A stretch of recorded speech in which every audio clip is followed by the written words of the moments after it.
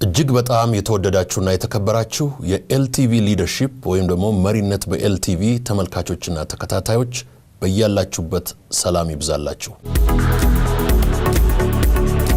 ዛሬ ደግሞ ለሁለተኛ ጊዜ የቀረብኩት የጄፍ ቤዞስ ወይም ደግሞ የአማዞን.com መስራችና በዓለማችን ላይ ቁጥር 1 ባለሀብት የሆነውን የሰክሰሱ ሚስጥር የአሰራሩ ሁኔታ ከሱ የቢዝነስ ሊደርሺፕ ወይም ደግሞ የሥራ አመራር ምን እንማራለን የሚለውን አንዳንድ ነገሮች ከተማርኩት ካጠናውት ከናንተ ጋር ለመካፈል ነው። ጄፍ ቤዞስ በ1964 እንደ አውሮፓ አቆጣጠር በአልበርከርኪ ኒው ሜክሲኮ የተወለደ አሜሪካዊ ነው። ይህ ሰው ዛሬ የ54 እድሜ ባለጸጋ ነው። በቢል ጌትስ ተይዞ የነበረውን ለረጅም ጊዜ የዓለም ባለሀብት አንደኝነትን በቅርብ ጊዜ በሙሉ ኃይልና በአዲስ ጉልበት የተቆጣጠረ የዓለማችን ቁጥር 1 ባለሀብት ነው። ዛሬ በፎርብስ የተገመተውና የተመረመረው የሀብቱ ብዛት ወደ 170 ቢሊዮን ዶላር የግል ሀብት እንዳለው ይነገራል።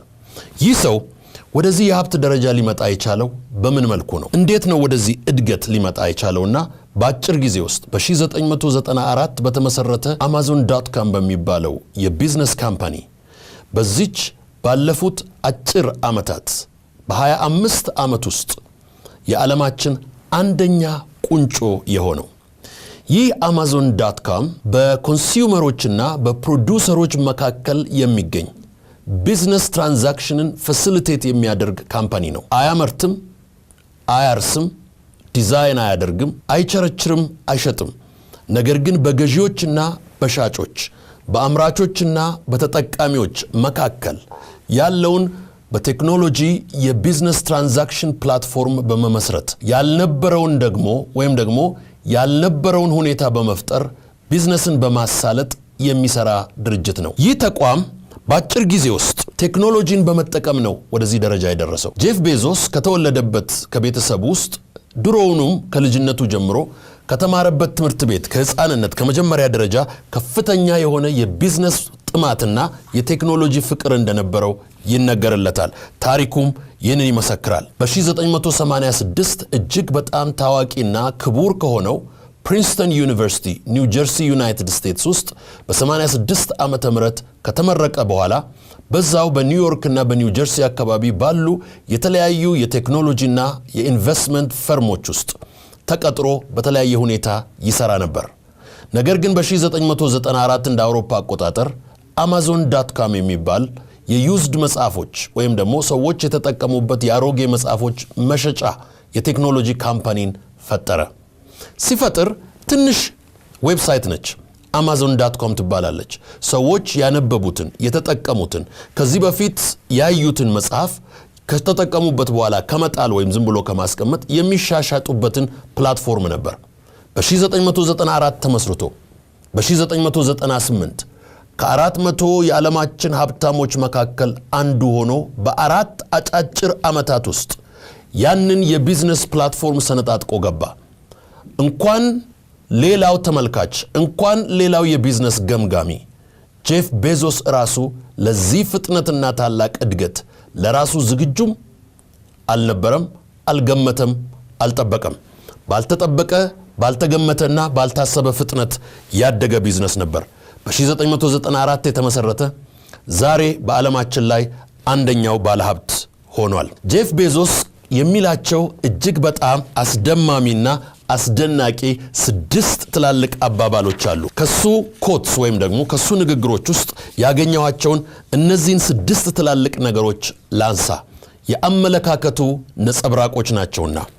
አንደኛ ጄፍ ቤዞስ እንደዚህ ይላል፣ You have to be willing to be misunderstood if you are going to innovate. ኢኖቬት የሚባለው ወይም ደግሞ መፍጠር ማሻሻል የምንለው ከቢዝነስ ሃይራርኪ ውስጥ ወይም የቢዝነስ መስላል ውስጥ ቁንጮ ላይ ያለ ነው። ኢኖቬት ወይም ኢንቨንት የሚያደርጉ አሉ። ከዛ ቀጥሎ ያንን ኢኖቬሽንና ኢንቨንሽን ላይ ኢንቨስት የሚያደርጉ አሉ። ኢኖቬሽን ፈጣሪዎች ናቸው። ኢንቨስትመንት በተፈጠረው ሐሳብና ፕሮዳክት ላይ ገንዘባቸውንና አቅማቸውን በማፍሰስ ወደ ምርት የሚቀይሩት ናቸው ኢንቨስተሮች። ስለዚህ ኢኖቬት፣ ኢንቨስት፣ ከዛ ማኒፋክቸር፣ ከዛ ኤክስፖርት፣ ኢምፖርት፣ ዲስትሪቢዩት እና ሪቴል ውስጥ እንገባለን። ወደ ታችኛው ከሪቴል ደረጃ ጀምሮ እስከ ላይኛው ማኒፋክቸሪንግ ደረጃ ቁንጮ ላይ ያለው ኢኖቬት ነው። ነገር ግን እንደዚህ ይላል፣ የምትፈጥር ከሆነ የሥራ ፈጣሪ፣ የሐሳብ ፈጣሪ፣ የክስተት ፈጣሪ፣ የሁኔታ ፈጣሪ ከሆንክ ሰዎች ላይረዱህ እንደሚችሉ አውቀ ዝግጁ መሆን አለብህ። ሰዎች ሳይረዱን ሲቀሩ ምንድን ነው የሚያደርጉት? ስራችንን ይንቃሉ፣ ዕውቅና አይሰጡትም፣ ክብር አይሰጡትም፣ ተቀባይነት አይኖረውም። ስለዚህ ለተወሰነ ጊዜ ያ ኢኖቬት የሚያደርገው ወይም ኢንቨንት የሚያደርገው ሰው መቸገሩ፣ መንገዳገዱ፣ ተግዳሮት ውስጥ መግባቱ የማይቀር ሁኔታ ነው። ሰዎች ላይረዱ፣ ሰዎች ላይገነዘቡ፣ ሰዎች ላይገዙ፣ ሰዎች ላይደግፉ፣ ሰዎች ላይተባበሩ ይችላሉ። ያን ጊዜ ግን ኢኖቬተር ከሆንክ ተስፋ አትቁረጥ ማለቱ ነው። If you are an innovator, you have to be prepared to be misunderstood. ሰዎች እንዳይረዱ አውቀህ ግባበት ማለት ነው። ሁለተኛው ከጄፍ ቤዞስ አነጋገሮች ያየሁትና በጣም የተደነኩበት እንደዚህ የሚለው ነው። One of the only ways to get out of a tight box is to invent your way out. እጅግ በጣም ጠባብ አስጨናቂ ሁኔታ ውስጥ በምትገባበት ጊዜ የሚያዋጣ ብቸኛው መንገድ እንዴት ከዛ ጠባብ ሁኔታ ውስጥ እንደምታመልጥ ራስህ መፍጠሩ ነው። One of the only ways to get out of a tight box is to invent your way out. ስለዚህ ሰዎች አስጨናቂ፣ አስቸጋሪ፣ ዕዳ ሊሆን ይችላል፣ ጨለማ ሊሆን ይችላል፣ ተግዳሮት ሊሆን ይችላል፣ አስቸጋሪ ሁኔታ ውስጥ ሲገቡ መጠቀም ያለባቸው የማምለጫው ወሳኝ መንገድ አእምሮ ነው። አስብበት፣ አቅድበት፣ አለምበት፣ ስራበት። ከዛም በኋላ ማምለጫ መንገድን ራስህ ፍጠረው ማለት ነው። የመግቢያ መንገዳችንንም የመውጫ መንገዳችንንም ለሰው አውትሶርስ ካደረግነው የህይወታችን ዕጣ ፈንታ በሌላ ሰው መዳፍ ውስጥ ይገባል ማለት ነው። ሰዎች ሲከፍቱልን እንወጣለን፣ ሰዎች ሲገቡብን እንቀመጣለን። ያ እንዳይሆን ጄፍ ቤዞስ እንደዚህ ይላል፣ በማትወጣበት ችግር ውስጥ ስትገባ የምትወጣበትን መንገድ ፍጠረው። የራስን አእምሮ፣ የራስን አስተሳሰብ፣ የራስን ስሜት፣ የራስን ጉልበት፣ የራስን አቅም በመሰብሰብ ማምለጫ መንገዱን ራስ ስራው ማለቱ ነው። ሶስተኛው ከጄፍ ቤዞስ ታዋቂ አባባሎች እንደዚህ የሚለው ነው። I knew that if I failed, I wouldn't regret, but I knew the one thing I might regret is not trying. በሞክር እና በወድቅ ጸጸት ይሆናል፣ ነገር ግን ከጸጸቶች ሁሉ ታላቁ ጸጸት አለመሞከሬ ነው ይላል። ሰዎች ራዕይ ይኖራቸዋል ወይም ደግሞ የሆነ ቢዝነስ፣ የሆነ ስራ፣ የሆነ ነገር ውስጥ ለመግባት ሐሳብን ያስባሉ፣ በውስጣቸው ያስላስላሉ፣ በውስጣቸው ፍላጎት ይኖራቸዋል። ለሰው ሊነግሩት ላይነግሩት ይችላሉ። ነገር ግን ጄፍ ቤዞስ እንደዚህ ይላል፣ አለመሞከር ትልቁ የጸጸት ምንጭ ነው። ሰዎች በአእምራቸው የሚያስቡትን ነገር ኢማጂንድ ቪዥን እንለዋለን ወይም ደግሞ ሜንታል ቪዥን እንለዋለን። በአእምሮአችን ውስጥ ያለ፣ በኢማጂኔሽናችን ውስጥ ያለ፣ ይህንን የሊደርሺፕ ምሁራን ቪዥዋላይዜሽን ይሉታል። እንዲሁ በአእምሮአችን ውስጥ የሚሰላሰልና የሚመላለስ ስዕል ማለት ነው። ያንን ስዕል ወደ ጽሑፍ ስንቀይረው ሪተን ቪዥን ይሆናል ወይም የተጻፈ የተመዘገበ ይሆናል። አቅሙ እየዳበረ ነው የሚሄደው የዛ ራዕይ። ያ ሪተን ቪዥን ወደ ፕላንድ ቪዥን በምንቀይርበት ጊዜ እናቅደዋለን። አሁንም ሶስቱ የሐሳብ ደረጃዎች ናቸው። ቪዥዋላይዜሽን በአእምሮአችን የምናየው፣ ሁለተኛው ይሄ ኢማጂንድ ቪዥንን በጽሑፍ ማስቀመጥ ሪተን ቪዥን፣ ሶስተኛው ያንን ሪተን ቪዥን ዘርዘር ወዳለ ፕላን ውስጥ ማስገባት ስትራቴጂክ ፕላን ኤንድ ታክቲካል ፕላን። እነዚህ ሶስቱ ደረጃዎች ካለቁ በኋላ ሼልፍ ላይ ቢቀመጥ ዋጋ የለውም፣ ሞክረው ነው የሚለው። አራተኛው ተግብረው፣ ወደ ተግባር ቀይረው፣ አንድን እርምጃ ውሰድ፣ አንድን ነገር አድርግ፣ አንድን ድንጋይ ገልብጥ፣ አንድን ገጽ አንብብ፣ የሆነ ነገር አድርግ ማለት ነው። ቢገስት ሶርስ ኦፍ ሪግሬት ኢዝ ናት ትራይንግ። አለመሞከር ትልቁ የጸጸት ምንጭ ነው ይላል።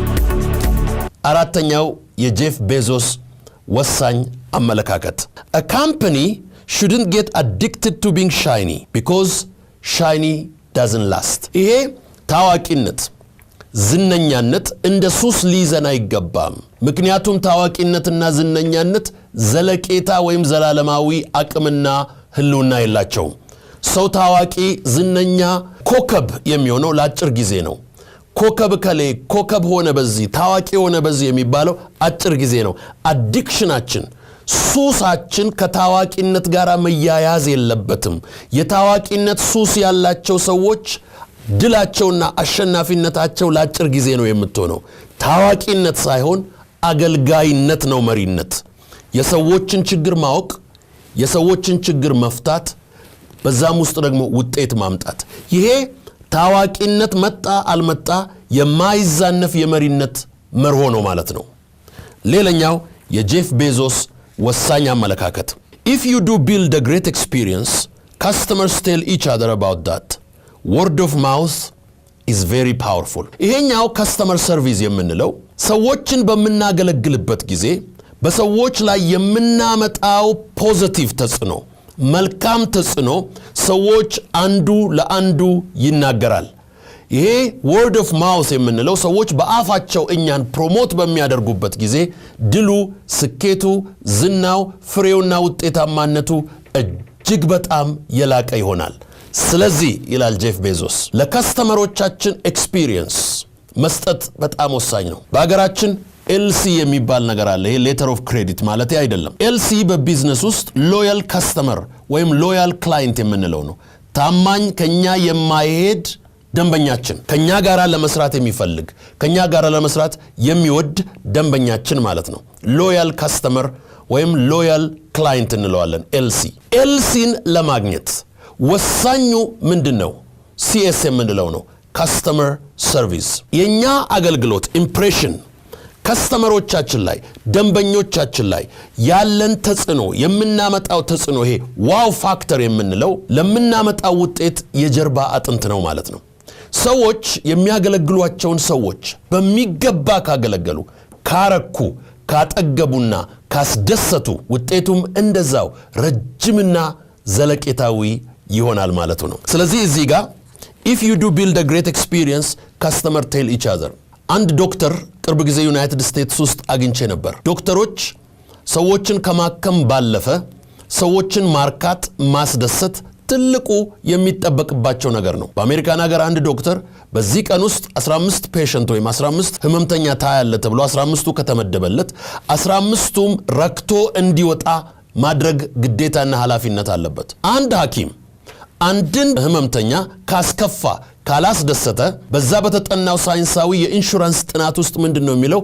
አንድ ደስ ያላለው ህመምተኛ ሚኒመም ለ27 ሰው ያወራል። ስለዚህ 27 ኔጌቲቭ ኢፌክት ይኖረዋል። 27ቱም እንደዛው አልፎ ይናገራሉ።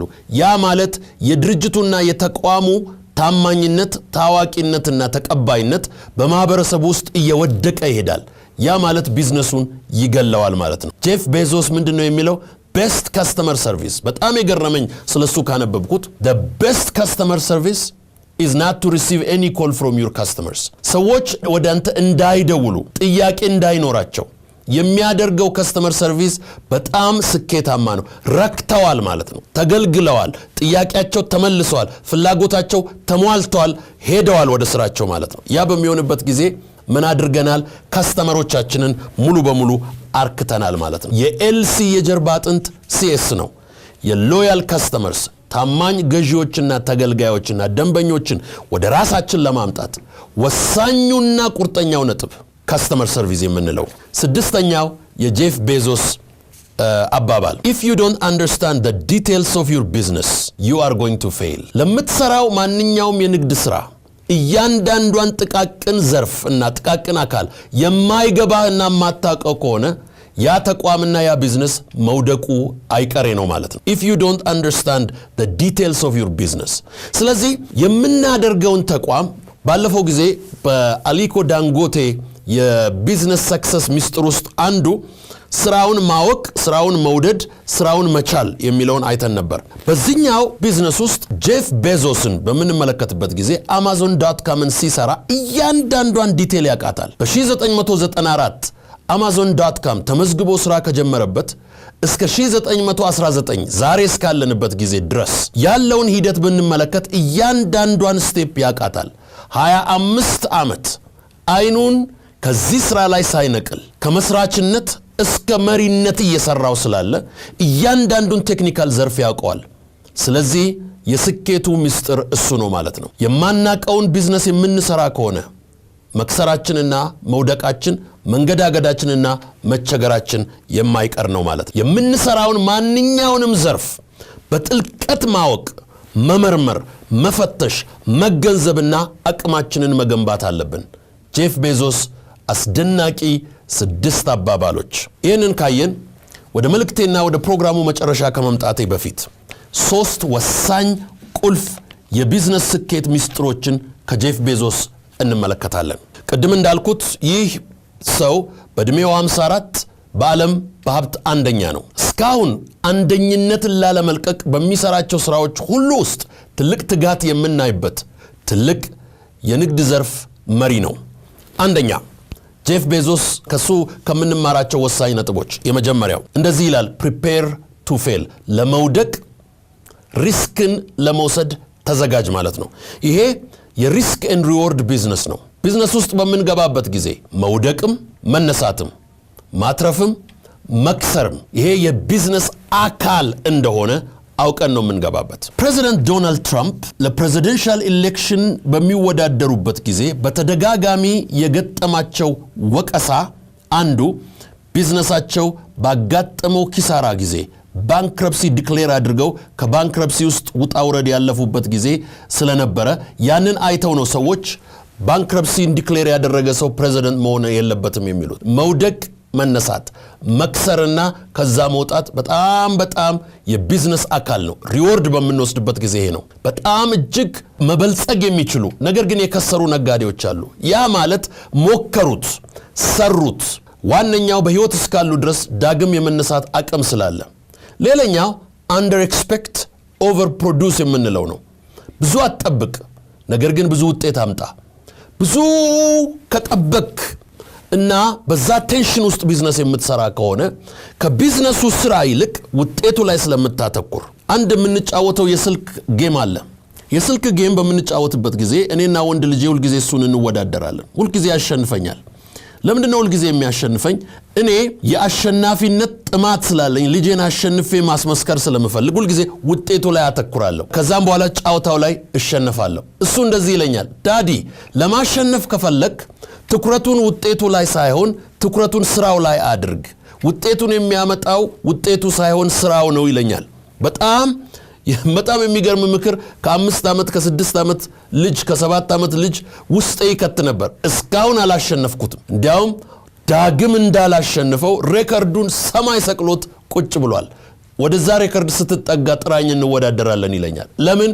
ውጤት ላይ ትርፍ ላይ ብቻ ትኩረት የሚያደርግ ሰው ከስራው ላይ አይኑን ስለሚያነሳ የስራውን ኳሊቲ የከስተመር ሰርቪሱን ኳሊቲ አቴንሽን ሉዝ እያደረግን እንሄዳለን። አንደር ኤክስፔክት ኦቨር ፐርፎርም፣ አንደር ፕሮሚስ ኦቨር ፕሮዲውስ የሚባለው ትንሽ ፕሮሚስ አድርግ ብዙ ውጤትን ለሰዎች አምጣ። ያ ምንን ያመጣል? ዋው ኢምፕሬሽን የምንለው ነው። ያን ጊዜ ሰዎች እጅግ ተደንቀው ነፍስ ሳይቀርላቸው ድረስ ፕሮዲውስ ያደርጋሉ ማለት ነው። ሁለተኛው የስኬቱ ምስጢር ለረጅም ጊዜ ስራህን አቅድ የሚል ነው። ረጅም ቪዥን፣ ረጅም እቅድ። በዚህ ላይ 3 ወይም 4 ወሳኝ ነጥቦች አሉ። አንደኛው ጊዜ ለንግድ ስራ ሆነ ለማንኛውም ስራ የምንጠቀምበት አንዱና ወሳኝ ግብአት ነው። ሰዎች ብዙ ትኩረት የማይሰጡት ጊዜ ለሚባለው ግብአት ነው። ገንዘብ፣ የሰው ኃይል፣ እቅድ፣ አደረጃጀት፣ ቴክኖሎጂ፣ ፋሲሊቲ፣ በእነዚህ ነገሮች ላይ ብዙ ጊዜ እናጠፋለን። ነገር ግን በጣም ወሳኙ ነገር ጊዜ የሚባለው ምን ያክል ጊዜ በዚህ ስራ ላይ እናጠፋለን? ምን ያክል ጊዜ ይፈልጋል ይሄ ስራ? ለምን ያክል ጊዜ እንሰራዋለን? የምን ያክል ጊዜ እቅድ ነው ያለን? ምን ያክል ጊዜ እድሜያችን ውስጥም አለ? የሰው እድሜ 70-80 ነው። 70 ማለት 25,000 ቀናት ብቻ ናቸው። በእነዚህ 70 ዓመት ውስጥ አንድ ሰው ያለችውን 25,000 ቀን ለሚፈልገው ቢዝነስ ዲስትሪቢዩት በሚያደርግበት ጊዜ 40 ዓመት የሞላው ሰው ያለው ግፋቢል 12,500 ቀናት ነው። 50 ዓመት የሞላው ቀን እንደዛው እየቀነሰች 7000 8000 ቀናት ናቸው የሚቀሩን በህይወታችን ውስጥ። እነዚህን ቀናት እንዴት ብንጠቀምባቸው ለእረፍት፣ ለምርታማነት፣ ለውጤታማነት፣ ለስብሰባ፣ ለስራ፣ ለትጋት፣ ለጉዞ ያንን ዲስትሪቢዩት አድርጎ ከጤንነትም አንፃር ከውጤታማነትም አንፃር ማየት ነው። ስለዚህ ጄፍ ቤዞስ ለምትሰራው ስራ ረጅም ጊዜ አቅድ። ረጅም ጊዜ ከሌለህ ግን ላለህ ጊዜ እንዴት እንደምትጠቀምበት ይኸው ነው። ሌላኛው ፕሮሰስ ኦሪየንትድ ነው። ፕሮሰስ ኦሪየንትድ ማለት አንድን ቢዝነስ ከፈጠር ነው ዛሬ ፈጥረ ነው ነገ ውጤት አንጠብቅበት ማለት ነው። ሂደቱን የጠበቀ ቢዝነስ ብዙ ጊዜ ስኬታማ ይሆናል። በጣም በአፍሪካ ላይ የምናያቸው ቢዝነሶች በችኮላ የሚያድጉ፣ በችኮላ የሚነሱ፣ በችኮላ የሚያፈሩና በችኮላ የሚሞቱ ይሆናሉ። ስራቸው በማህበረሰብ ውስጥ፣ በመንግስት ውስጥ፣ በቢዝነስ ሴክተር ውስጥ፣ በከስተመር ውስጥ ዘልቆ ገብቶ ስር ሰዶ ከትውልድ ወደ ትውልድ ወደ ትውልድ የሚሸጋገሩ ክሮስ ጄኔሬሽናል ትራንስ ጄኔሬሽናል ቢዝነሶች ብዙ የሉም አፍሪካ ውስጥ። አንድ ጄኔሬሽን ውስጥ ብቻ ሰርተው የሚሞቱ ናቸው። እንደዛ አይነት ቢዝነሶች አጭር ዕድሜ፣ አጭር ውጤታማነትና ጥቂት ፍሬን የሚያፈሩት ምክንያቱ ምንድነው ብለን ካየን ታይም ኦሪየንትድ ፋክተር ወይም ፕሮሰስ ኦሪየንትድ አይደሉም። እያንዳንዷን የቢዝነስ ሂደት አንዷንም ሳያልፏት እያንዳንዷን ግንባታ አልገነቡም ማለት ነው። ህንፃውን በሚገነባበት ጊዜ ከመሰረቱ እስከ ግድግዳው እስከ ጣሪያው ድረስ ምንም ያልጎደለበት ፕሮሰስን መሄድ ማለት ነው በዛ ቢዝነስ ውስጥ። ሌላኛው በዚህ ሎንግ ተርም ውስጥ ፎከስ ነው። ፎከስ ወይም ደግሞ ትኩረትን አለማንሳት ነው። ፎከስ የሚመጣው ከአቴንሽን ነው። አቴንሽን ደግሞ ሜንታል ዲሲፕሊን ይለዋል። ይህንን ዳንኤል ጎልማን ሶሻል ኢንቴሊጀንስ በሚለው መጽሐፉ ላይ ከሚያነሳቸው አንዱ ፎከስ ነው፣ ወይም ደግሞ ሜንታል ኤክሰርሳይዝ፣ ሜንታል ቴንሽን። ፎከስን በምናደርግበት ጊዜ፣ አቴንሽን በምንሰጠው ጊዜ ዳንኤል ጎልማን የሰው ማይንድ ኒውሮፕላስቲሲቲ የሚባል ነገር አለው። ይሰፋል፣ ይጠባል፣ ይኮማተራል፣ ሪላክስ ያደርጋል። የሰው ኒውሮፕላስቲሲቲ ምንጩ ምን ያክል ነገር አእምሯችን ውስጥ እንደምናመጣ ነው። በዚህ ዘመን ባለን የሶሻል ሚዲያም ሆነ ሶሻል ዲስትራክሽን፣ ሶሻል ኢንተራክሽን ዲስፐንሴሽን እና ባለን ኤክስፖዚሽን በጣም የሰው አእምሮ ይበታተናል። ስለዚህ በአንድ ነገር ላይ ትኩረት ማድረግ ያቅተዋል። በአንድ ነገር ላይ ትኩረት የማያደርግ ከሆነ ደግሞ ለረጅም ጊዜ መጓዝ ያቅተዋል። ይህን ይዛል፣ ይለቃል፣ ይሞክራል፣ ያንን ይሄዳል፣ እዛ ይተዋል። ስለዚህ ፎከስ እናጣለን። ፎከስ አቴንሽን የሆነ ሜንታል ዲሲፕሊን በሚኖርበት ጊዜ የኛ ኒውሮፕላስቲሲቲ ስትሬችድ የሆነ ብዙ ነገር ከመቀበል ይልቅ ፎከስ እያደረገ ለረጅም ዘመን የሚሆን የእውቀትና የአቅም ጉልበት ይገነባልናል ማለት ነው። ሌላኛውና የመጨረሻው ሃርድ ወርክ ነው ወይም ትጋት፣ ጠንክሮ መስራት፣ ስራ ፍቅር፣ የስራ ፍቅር። አሁን እነ ጄፍ ቤዞስ፣ እነ አሊኮ ዳንጎቴ፣ እነ ጃክ ማ መስራት የማይገባቸው ከብዙ ዓመት በፊት ጡረታ ወጥተው ባህር ዳር ውሃ ገንብተው መጽሐፍ እያነበቡ ሪላክስ ማድረግ የሚችሉ ሰዎች እስከ ዛሬ ድረስ ለምንድን ነው የሚሰሩት? እስከ ዛሬ ድረስ በቢዝነስ ውስጥ ለምንድን ነው ኢንቮልቭድ የሚሆኑት? ስራው ሰራተኛ ይፈልጋል። ሰራተኛው እርካታ ይፈልጋል። እርካታ ካለ ውጤታማነት ይመጣል። ተግቶ መስራት ውጤታማነትንና እርካታን ስለሚያመጣ ነው። ሶስተኛውና የመጨረሻው ከጄፍ ቤዞስ የምንማረው በትንሹ ጀምር እያሰፋው ደግሞ ሂድ የሚለውን ሁለት ወሳኝ እይታዎችን ሰጥቼ ጨርሳለሁ። አንደኛው በማንኛውም ተቋም ሆነ በማንኛውም የግለሰብ ህይወት ውስጥ ለርኒንግ ካልቸር የምንለውን መፍጠር አለብን። የመማር ባህል፣ የማያቋርጥ የመማር ባህል። የኔ ቢዝነስ ብርጭቆን ማምረት ከሆነ ይህንን ብርጭቆን በማምረት ዙሪያ መማርን ማቆም የለብኝም። የተሻለ እጅታ፣ የተሻለ የሙቀት ይዘት፣ የተሻለ ውበት፣ የተሻለ መጠን፣ የተሻለ አያያዝ፣ አመቺ ነገር፣ ማርኬቲንግ አስፔክቱን፣ ፕሮዳክሽን አስፔክቱን፣ ምን አይነት ኬሚካል ነው የምጠቀመው፣ ምን አይነት ኤሌመንት ነው የምጠቀመው፣ እንዴት ነው የምሰራው፣ እንዴት ነው ዲዛይን የማደርገው፣ እንዴት ነው የማሰፋው፣ እንዴት ነው ዲስትሪቢዩት የማደርገው። ስለዚህ ፕሮዳክት መማር ማቆም የለብኝም፣ መፍጠር ማቆም የለብኝም፣ መስራት ማቆም የለብኝም ማለት ነው። ስለዚህ ለርኒንግ ካልቸር የምንለውን መስራት አለብን። ሁለተኛው ኤክስፐሪመንታል ወይም ሪሰርች ቤዝድ ስራ ነው መስራት ያለብን። ሁልጊዜ ሪሰርች ማድረግ። ቅርብ ጊዜ ባነበብኩት መጽሐፉ እንኳን የተጻፈው ቅርብ ጊዜ አይደለም፣ The World is Flat የሚባለው በጣም የሚገርም እጅግ አስደናቂ መጽሐፍ። በዛ መጽሐፍ ላይ ካነበብኩት አንዱ በሪሰርች ኤንድ ዲቨሎፕመንት በዓለማችን ላይ አንደኛ ከሆኑት አገራት እስራኤል ነች። በቴል አቪቭ ሆነ በጀሩሳሌም በጃፓ ሆነ በተለያዩ አካባቢዎች በትንሽ መሬት ስፔስ ላይ የሚጠቀሙት እጅግ በጣም ብዙ ላቦራቶሪዎች አሉ ወይም ሪሰርች ሴንተሮች አሉ። እነዚህ ሪሰርች ሴንተሮች ነገሮችን ሁሉ ጊዜ እያሻሻሉና እየፈጠሩ በሚሄዱበት ጊዜ the biggest capitalist is the inventor።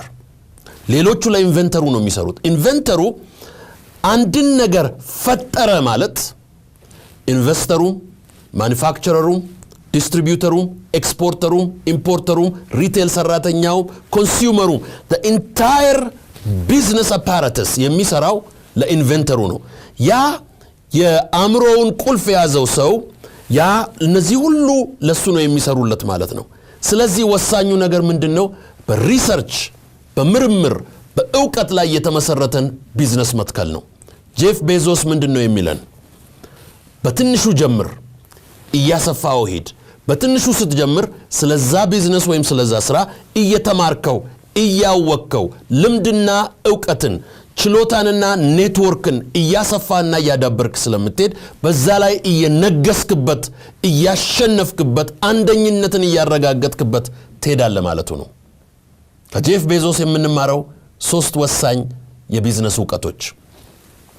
አንደኛ፣ ሪስክ ለመውሰድ፣ ለመውደቅ፣ ለመንገዳገድ፣ ለመትጋት፣ ለመላላጥ ራስን አዘጋጅ። ትንሽ ጠብቅ፣ ብዙ አግኝ። ትንሽ ቃል ግባ፣ ብዙ ስጥ። ያን በምታደርግበት ጊዜ እጅግ ትልቅ ዋው ፋክተር ትፈጥራለህ። ሁለተኛው፣ ለረጅም ጉዞ ተዘጋጅ፣ ለረጅም አቅድ። ከትውልድ ወደ ትውልድ የሚተላለፍን ነገር ለመስራት ትጋ። ሶስተኛውና የመጨረሻው፣ ሁል ጊዜ በትንሹ ጀምር፣ እያሰፋው ሂድ። የመማርን ባህል እና ክህሎት በሕይወት ውስጥ እያዳበርክ ሂድ። ያን ጊዜ መማር ማታቆም ከሆነ በምትሰለፍበት ዘርፍ ላይ በማንኛውም ሴክተር ላይ እየነገስክበትና አሸናፊነትና አንደኝነትን እያረጋገጥክ ትሄዳለህ። ከጄፍ ቤዞስ ይህንን ተማርን። በሚቀጥለው ከምድረ ኤዥያ ታላቁና አንደኛው ባለሀብት ጃክማን ከቻይና ይዤላችሁ ቀርባለሁ። እስከዛው ፕሮግራም ቸር ይግጠመን።